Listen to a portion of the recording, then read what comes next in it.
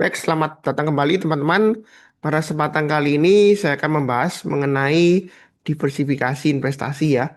Jadi di saat-saat ini memang kalau kita perhatikan ya, itu kurs US dollar ya, itu terus naik-naik terus ya. Jadi saya bikin video ini karena ada beberapa teman-teman di grup saya yang chat ke saya, Pak Sunar ini bagaimana kalau keadaan sekarang ini kan USD naik-naik terus, jadi kita itu harus bagaimana gitu ya.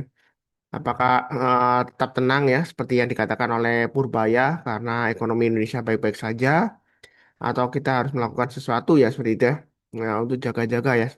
Sebenarnya ini sudah saya bahas sebelumnya ya, mengenai diversifikasi ya. Jadi di samping kita taruh aset di beberapa tempat ya, misalnya di saham, di obligasi, atau di reksadana yang bentuknya pasar uang ya seperti itu. Em, kita juga bisa diversifikasi di mata uang ya. Jadi kita taruh di aset lainnya selain rupiah. Jadi kalau rupiah melemah terus, paling tidak ada perlindungan ya dari aset kita yang diinvestasikan dalam bentuk valuta asing. Salah satunya adalah dalam bentuk US dollar. Memang US dollar ini banyak, mungkin kalau Anda perhatikan di video-video YouTube ya, itu banyak yang bahas mengenai dedolarisasi ya, yang mana banyak eh, negara lain mulai melepas dolar gitu ya. Tapi kenyataannya sih sebenarnya US dollar itu masih kuat banget ya. Karena kenapa?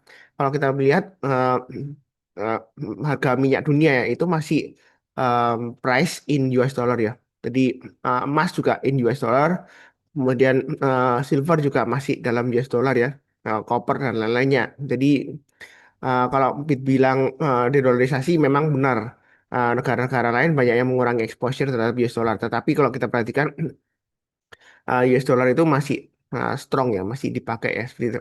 Dan kalau kita lihat dari grafiknya, saya tunjukkan untuk chartnya ya. Uh, Bentar saya akan um, tunjukkan uh, grafiknya di sini. um, US dollar terhadap rupiah ya, itu kursnya naik-naik terus ya.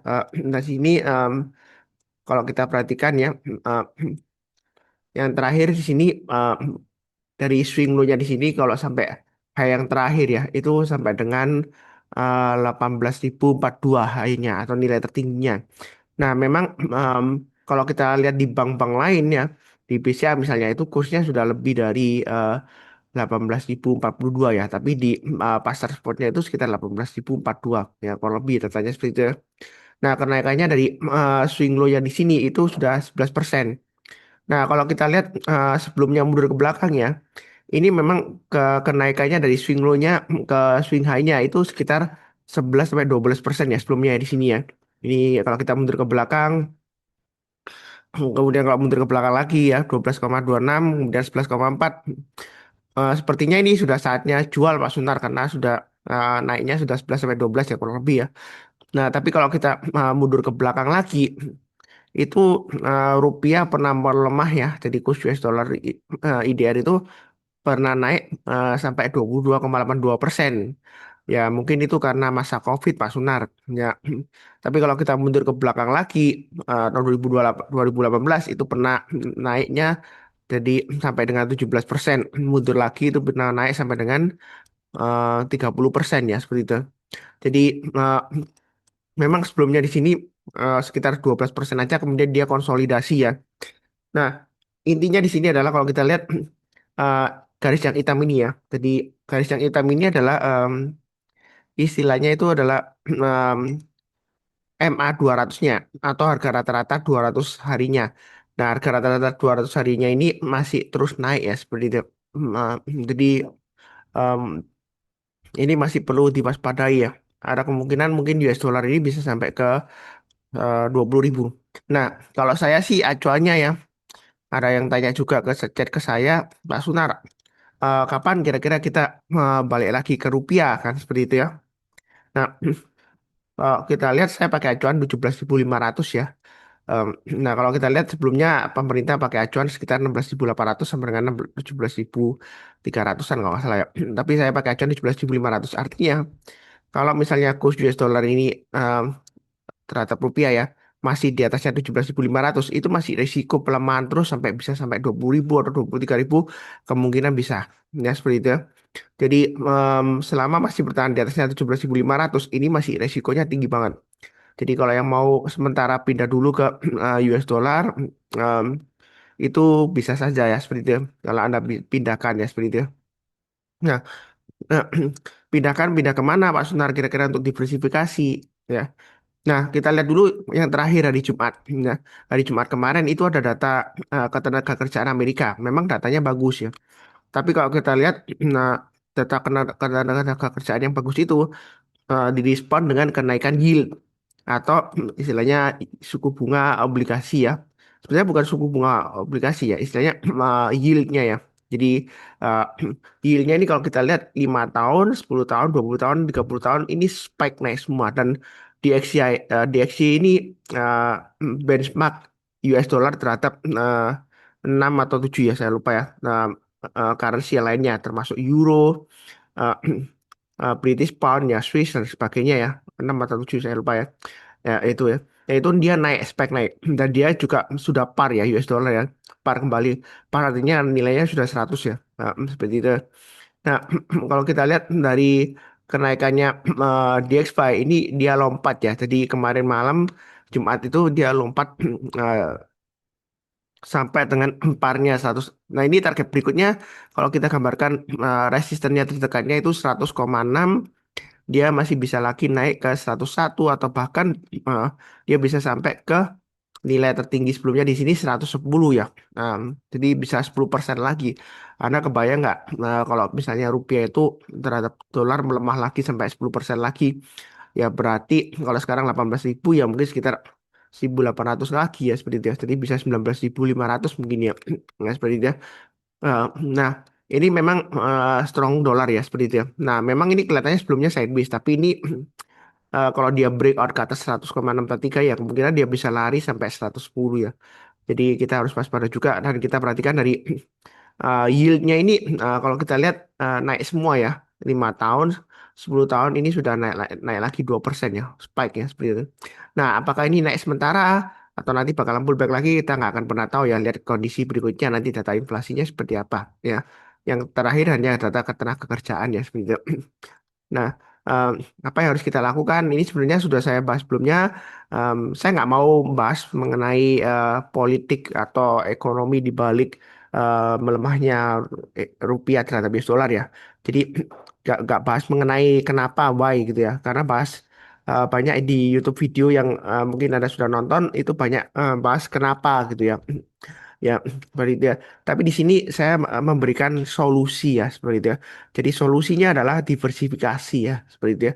Jadi salah satunya yang sudah pernah saya bahas adalah Anda bisa tempatkan di obligasi negara ya. Tadi masih aman ya sampai sejauh ini ya, karena sejak Indonesia merdeka itu nggak pernah Indonesia itu gagal bayar obligasinya atau bahkan gagal bayar kuponnya. Nah, seperti itu ya. Nah, salah satunya bank yang saya pakai adalah BCA. Anda bisa ke Bank Mandiri juga ya, lumayan juga Bank Mandiri. Tapi saya lebih suka pakai BCA. Nah, di sini kalau kita perhatikan di BCA itu sebentar saya coba ke halaman utamanya dulu ya supaya Anda tahu em, gimana cara masuknya gitu ya. Entah kenapa kalau browser saya ini kalau eh, akses akses websitenya BCA itu agak agak pelan ya. Um, anyway, Anda bisa langsung ke ini ya. Oh, sudah ya. Di halaman BCA seperti ini ya.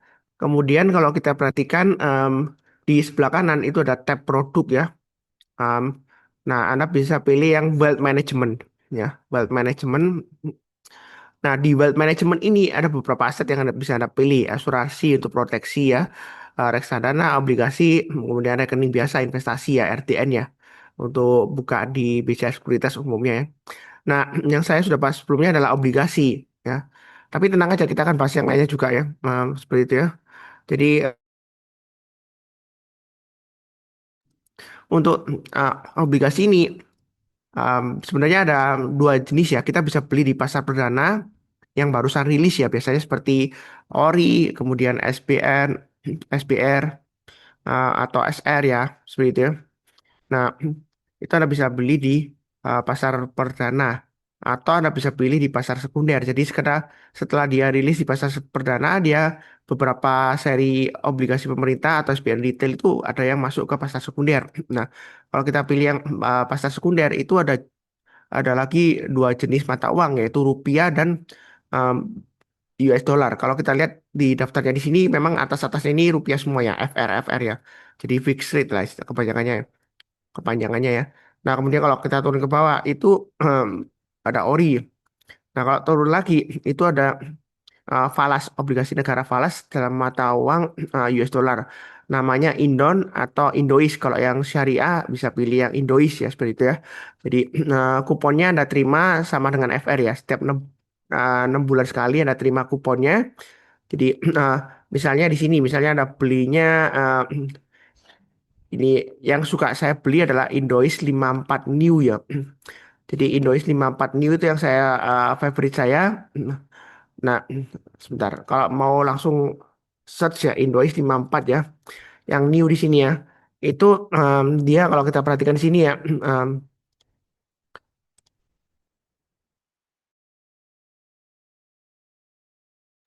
dia kuponnya 5,65% ya per tahun.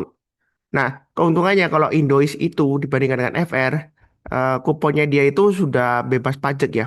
Kemudian kalau kita beli harga misalnya 95 kemudian naik ke 97 kita jual ada capital gain kan. Nah, kalau di Indon atau Indois itu capital gainnya bebas pajak. Tapi kalau di FR atau PBS kan kita bayar pajak ya 10% ya seperti itu capital gainnya. Nah, ini untuk uh, Indon Indois ini masih sejauh ini masih free ya atau bebas pajak ya seperti itu. Nah, masa benar sih Pak Sunar bebas pajak ya? Kita lihat aja di uh, kalau kita lihat di replaynya ya atau ringkasan informasi produk dan layanan. Nah, ini ya kita buka ya. Jadi untuk Indon atau Indois itu keuntungannya dia di sini masih bebas pajak ini ya. Berdasarkan ketentuan pajak berlaku PPh final atau PPh final atas kupon atau imbalan dan keuangan capital gain dari Indon atau Indois ditanggung pemerintah. Jadi PPh finalnya 10% ya itu ya. Kayak seperti imbalannya, kuponnya atau keuntungan capital gain itu ditanggung pemerintah. Sejauh ini ya. eh, belum ada perubahan. Jadi ini kesempatan yang baik. Nah, mungkin ada yang sudah tahu ya, kalau pemerintah itu membatasi pembelian US dollar sekitar 25.000 ya dalam 1 bulan. Sebenarnya bukan dibatasin. Anda bisa beli sampai dengan 25.000 tanpa ada dokumen apapun ya. Jadi kalau lebih dari 25.000 itu Anda harus melampirkan dokumen. Untuk apa? Jadi misalnya untuk pembayaran uang sekolah anak Anda yang sekolah di luar negeri, ya Anda lampirkan dokumennya. Ini loh saya mau beli untuk bayar uang sekolah anak saya. Nah itu boleh. Ya, jadi bukan dilarang ya. Ya, harus melampirkan dokumen. Nah, begitu juga untuk pembelian obligasi ini Indon atau Indois. Kalau Anda eh, mau lebih dari 25.000 dalam 1 bulan ini, karena kuotanya 25.000, Anda bisa datang ke CS-nya BCA ya. Umumnya bisa ke BCA prioritas ya. Anda bilang Anda mau eh, menempatkan di Indon atau Indois. Jadi pesan dulu ya. Karena kuotanya kadang-kadang nggak ada. Anda pesan dulu, tapi pastikan Anda siapkan dananya ya. Untuk pembayarannya dalam rupiah atau US dollar. Ya, yang Anda bisa punya. Ya, otomatis kalau pesan biasanya Anda belum punya. Jadi Anda bisa pesan. Nah, ketika Anda pesan, nah itu eh, nanti dokumennya itu akan dilampirkan untuk pembelian falasnya. Jadi ada dokumennya. Tujuannya ada beli falas untuk apa ya? Untuk disimpan di atau diinvestasikan di eh, obligasi pemerintah yang dalam mata uang falas atau US dollar ya. Seperti itu. Jadi bisa Anda taruh di sana.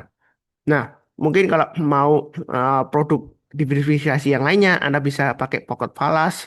Anda taruh di Singapura dollar atau di Swiss francs atau di euro. Anda bisa saja taruh di sana. Cuman kalau taruh di sana nggak ada yieldnya karena di Pocket Falas itu nggak ada bunganya. Kecuali kalau Anda buka tabungan falas, tapi tabungan falas hanya terbatas beberapa mata uang aja. Ya seperti itu. Jadi tetap tabungannya bunganya kecil banget ya.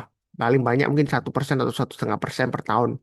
Tapi kalau masukkan ke obligasi Indon atau Indois itu eh, kuponnya lebih tinggi 5,65. Dan yield yang terakhir kalau kita lihat Indo 54 New ini itu 5,79. Itu net ya. Jadi belum dipotong istilahnya bukan belum dipotong ya, memang nggak ada pajak ya. Nah, seperti itu ya.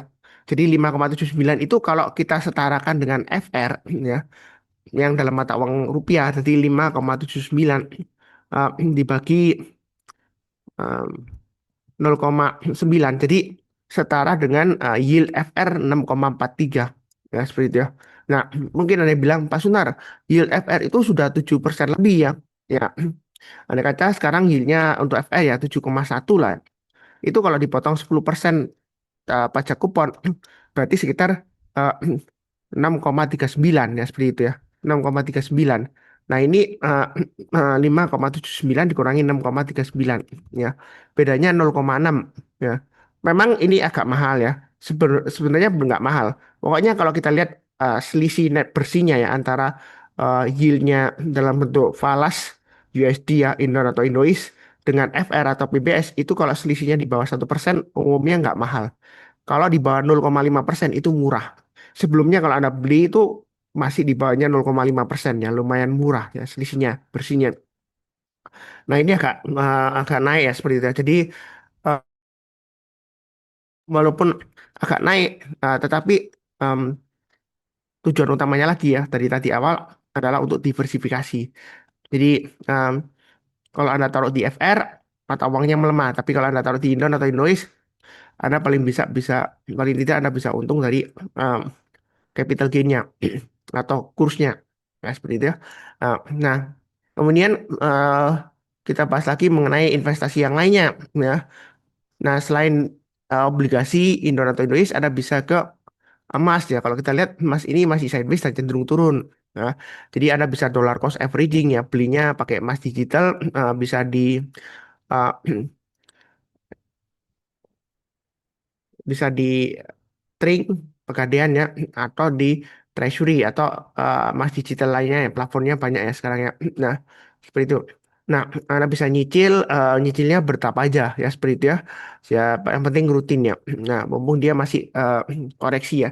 Nah, emas ini memang narasinya kalau kita perhatikan cenderung bearish ya, tapi emas ini jangan salah paham ya. Sebenarnya banyak orang yang bilang emas itu untuk investasi ya, ada beberapa yang bilang gitu.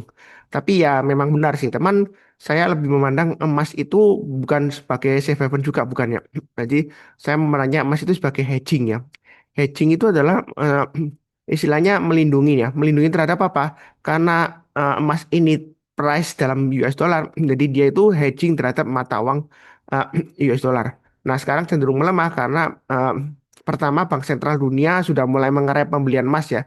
Mereka lebih serius menangani masalah domestik yaitu ketahanan energinya ya karena harga minyak dunia yang naik-naik terus jadi mereka mungkin stop dulu atau pause dulu pembelian emasnya jadi nggak mengurangi demandnya ya seperti itu dan kalau beberapa alasan memang katanya sih eh, emas ini turun karena eh, eh, suku bunga Amerika itu masih tinggi ya higher for longer karena kalau kita simpan di emas itu nggak ada bunganya kan. Nah, kalau simpan di US Treasury ada bunganya jadi makanya emasnya lumayan turun ya seperti itu tapi sebenarnya nggak juga kalau misalnya narasinya seperti itu ya sebelumnya kalau waktu eh, kuponnya US dollar Treasury-nya itu tinggi itu emas juga naik-naik terus ya mendaki ya mulai dari akhir 2005 sampai 2026 ya karena banyak bank sentral yang borong ya seperti itu. Jadi kalau saya sih nggak pakai narasi kenapa emas itu naik atau turun. Yang penting Anda eh, sisihkan paling tidak ya kalau dalam aset Anda itu emas paling nggak paling banyak ya 10% lah. Jadi untuk hedging ya. Jadi jangan terlalu banyak memang di emas ya. Memang bisa saja bisa bilang investasi Pak Sunar karena saya belinya di sini ya naik. Tapi narasinya emas itu sebenarnya untuk hedging ya. Nah, kenapa harganya naik ya? Karena Nah, itu lagi melemahnya US dollar ya. Sebenarnya US dollar itu melemah ya. Walaupun DXY terhadap mata uang currency yang lainnya dan 6 atau 7 itu dia menguat ya saat ini ya. Mulai menguat, mulai par ya.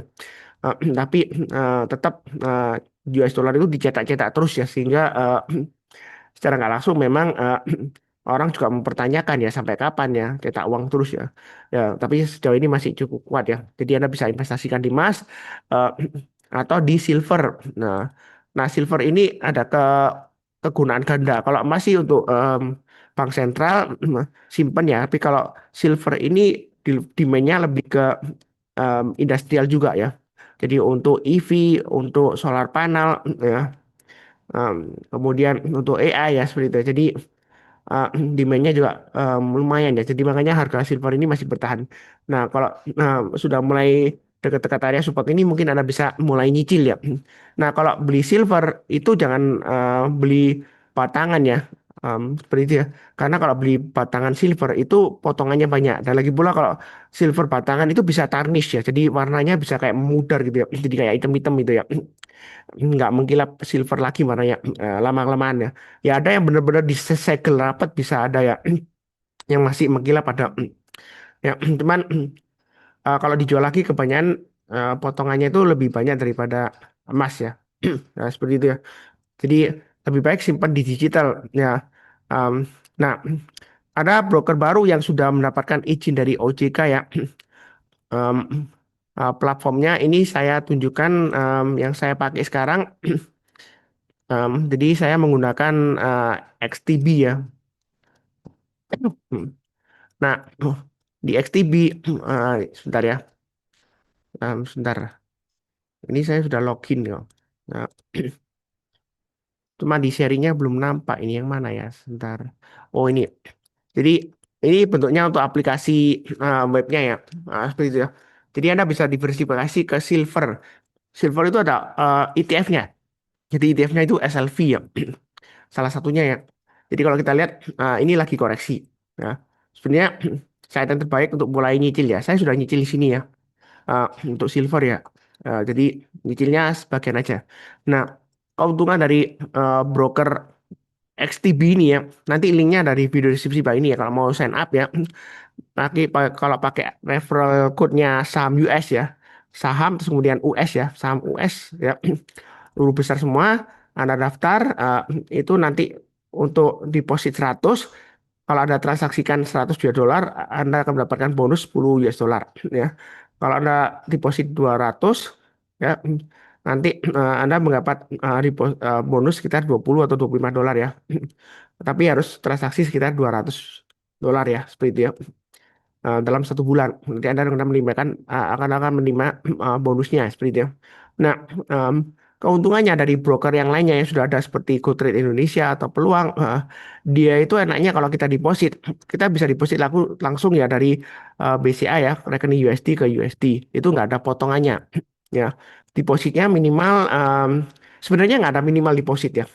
Tapi karena Bank BCA itu kalau transfer antar rekening USD sesama BCA itu minimalnya 5 dolar. Jadi anggap aja ini memang eh, minimalnya 5 dolar ya depositnya ya. Seperti itu ya.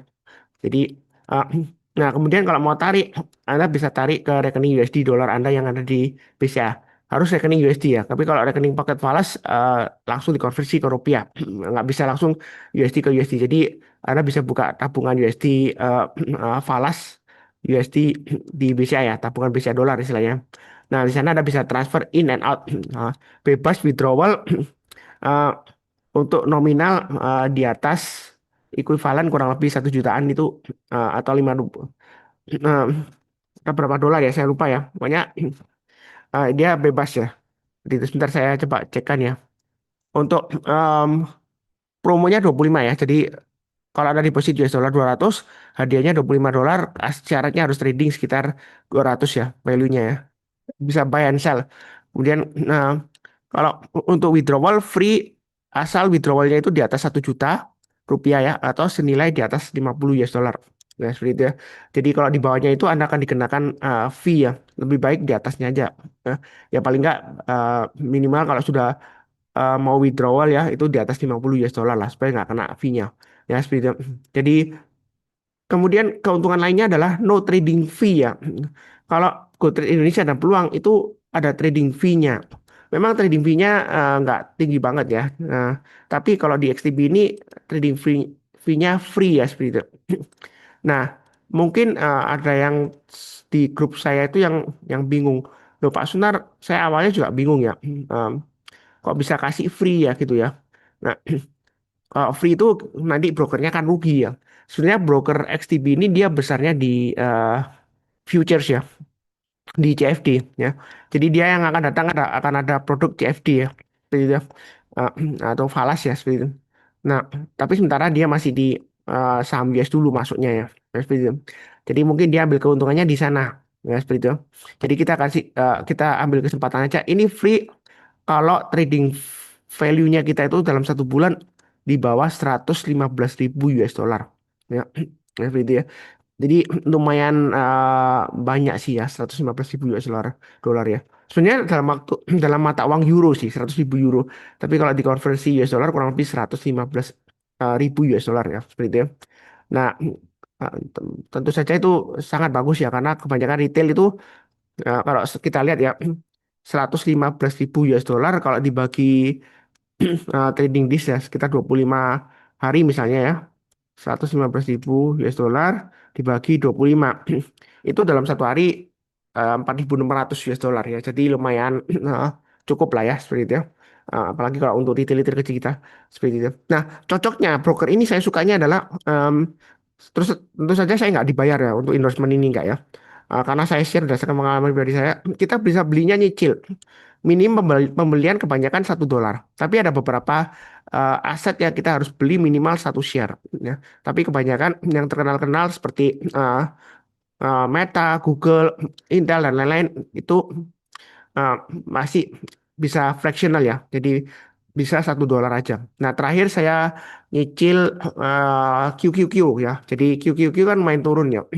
Jadi istilahnya saya buy on dip nyicil aja. Saya nyicilnya sedikit kok. Cuman uh, totalnya ini masih beli tiga nggak sampai 6 dolar ya. Jadi 2 dolar, 2 dolar, 2 dolar, 2 dolar gitu. Jadi memang saya uh, dollar cost averaging ke bawah. Jadi sambil nyicil-nyicil gitu ya seperti itu. Anda mau tunggu di mana terserah Anda. Jadi nggak kerasa ya. Jadi eh, kalau kita langsung beli lamsam ya karena kondisinya sebelumnya itu all time high. Jadi kalau Anda beli lamsam yang banyak ya memang untuk jangka panjang masih potensial naik lagi. Tapi sekarang ada kemungkinan koreksi.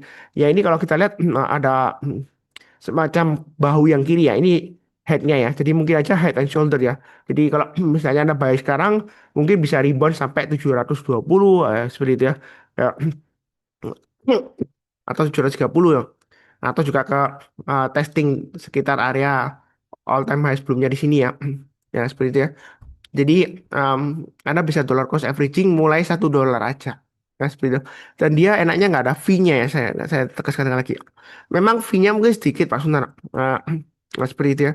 Tapi kalau Anda coba di GoTrade Indonesia atau peluang, itu Anda beli 1 dolar nggak bisa ya, karena ada minimalnya. Ya, memang ketentuannya dia bilang promosinya minimal beli 1 dolar, tapi walaupun bisa pun Anda rugi ya, karena fee-nya itu fee-nya lumayan tinggi ya. Ya. Kalau kita hitung persentasenya, memang dalam sen ya fee-nya ya, tapi persentasenya tinggi ya. Dikumpul-kumpulinnya lumayan banyak. Tapi kalau XTB ini eh, dia nggak ada fee sama sekali ya, free ya. Jadi, nah itu enaknya buy sell, ah, nah seperti itu ya. Tapi waktu Anda buka akun ya, itu pastikan Anda buka rekening US dollar ya. Jadi akunnya itu ada rupiah. Jadi standarnya ketika Anda buka itu rupiah, IDR, akun rupiah. Jadi Anda harus buka istilahnya kayak wallet gitu ya, wallet USD. Nanti Anda transfernya lewat BCA, Anda transfer biasa, tapi jangan lupa beritanya Anda tulis nomornya ini ya. Nanti nomornya ada di aplikasinya ya. Ketika Anda klik deposit ya, itu ada nomor aplikasinya ya. Kalau Anda klik deposit ya, add money ya. Saya coba. Nah, deposit kemudian add money uh, standar bank transfer ya. Nanti Anda transferkan ke rekening ini. Jangan lupa Anda kasih transfer description-nya. Ini khusus untuk Anda ya. Tapi ini bukan ini punya saya. Jadi kalau Anda transfer nanti punya Anda sendiri sudah ada. Jangan lupa bikin walletnya. Jadi nanti masuk langsung USD ke USD ke rekening Anda tanpa ada potongan. Enak ya seperti itu. Jadi nggak ada drama kursnya terlalu mahal. Kalau di broker yang lainnya kalau Anda transfer dalam rupiah ke US dollar mungkin nanti ceritanya kursnya mungkin kemahalan ya, nggak semurah kayak di bank BCA yang kursnya yang terkenal murah. Kalaupun Anda belum punya rekening tabungan USD BCA, itu Anda bisa transfer dari rekening rupiah ya. Jadi seperti pembelian biasa ya. kursnya pakai e-rate-nya BCA yang lumayan murah lah ya dibandingkan dengan yang lainnya. Ya, seperti itu. Jadi Anda bisa langsung investasi. Tapi kalau untuk withdraw supaya nggak kena konversi ke rupiah, Anda harus withdraw ke rekening US dollar rekening Anda sendiri. Jadi mungkin Anda bisa menyusul pembukaan rekening US dollar nanti ya. Kalau misalnya Anda sudah nggak sibuk ya Anda bisa buka. Kalau sementara Anda langsung investasi ya bisa aja. Ya mumpung ini lagi drop, Anda bisa dollar cost averaging. Kalau di emas karena GLD ya itu masih belum ada untuk ETF-nya. Yang ada masih GDX ya. Ya, itu emiten penambang ya. Itu juga masih lumayan menarik sih kalau kita mau istilahnya DCA atau dollar cost averaging ya. Seperti itu ya. Jadi saya udah buy di sini masih loss sih ya. Ya kemarin waktu hari Jumat ya, Kamis Jumat dia turun ya. Sebenarnya waktu saya beli ini masih lumayan profit ya. Tiba-tiba hari Jumat drag ya karena ada beritanya itu ya. Katakan tenaga kerjaan Amerika yang bagus sehingga uh, memunculkan kekhawatiran inflasi ya. Sehingga suku bunga akan naik yang mana akan menurun menekan dari pasar saham ya seperti itu ya. Jadi uh, cara yang terbaik memang melalui ETF ya, QQQ atau SP500, SPY ya, yang terkenal ya. Seperti itu ya, SPY atau pakai ETF yang lainnya yang SCHD ya. Itu yang eh, yang dividennya tinggi ya seperti itu ya untuk ETF ya. Jadi nggak SPHD ya. Itu ya. Jadi Anda bisa investasi di sini juga. Banyak ETF-nya ya, seperti itu ya. Nanti akan ada edukasi saya umumkan di grup ya. Grupnya kalau untuk XTB ini namanya grupnya ini ya. Grupnya XTB saham ya. Nanti linknya ada di video deskripsi bawah ini ya, seperti itu ya. Jadi link pembukaan XTB, kemudian link grupnya XTB, saya cantumkan ya. Nah, seperti itu ya. Nah, tujuannya bukan berarti kita tinggalkan market Indonesia, enggak ya. Ini untuk diversifikasi ya, seperti itu ya. Jadi untuk jangka panjang. Walaupun kalau kita perhatikan ya, AI Amerika bubble-bubble gitu ya. Jadi QQQ ini salah satu ETF tolak ukurnya ya. Tetap dia all time high. Sebelumnya di sini dia katakan bubble. Memang dia sempat koreksi ya. Tapi kemudian dia naik, break, dia all time high lagi ya. Ya, ya diperkirakan masih lumayan cukup kuat ya sampai dengan IPO-nya nanti Anthropic dan IPO-nya dari OpenAI ya. Yang terakhir ini masih sentimen data ketenaga kerjaan mungkin dia akan naik lagi SpaceX ya, sebentar lagi IPO ya tanggal 11 ya. Tanggal 12 sudah rilis ya. Nah, mungkin dia akan pullback lagi ya. Yang penting Anda nyicil aja bisa $1 atau $2 terserah Anda ya. Nah, seperti itu ya. Jadi nanti istilahnya dollar cost averaging ya seperti itu. Jadi saya rasa sih cukup sekian ya. Jadi em, intinya di sini adalah di saat kurs US dollar dan rupiah ini naik-naik terus kita nggak perlu bingung-bingung. Tetapi jangan duduk diam manis ya seperti itu.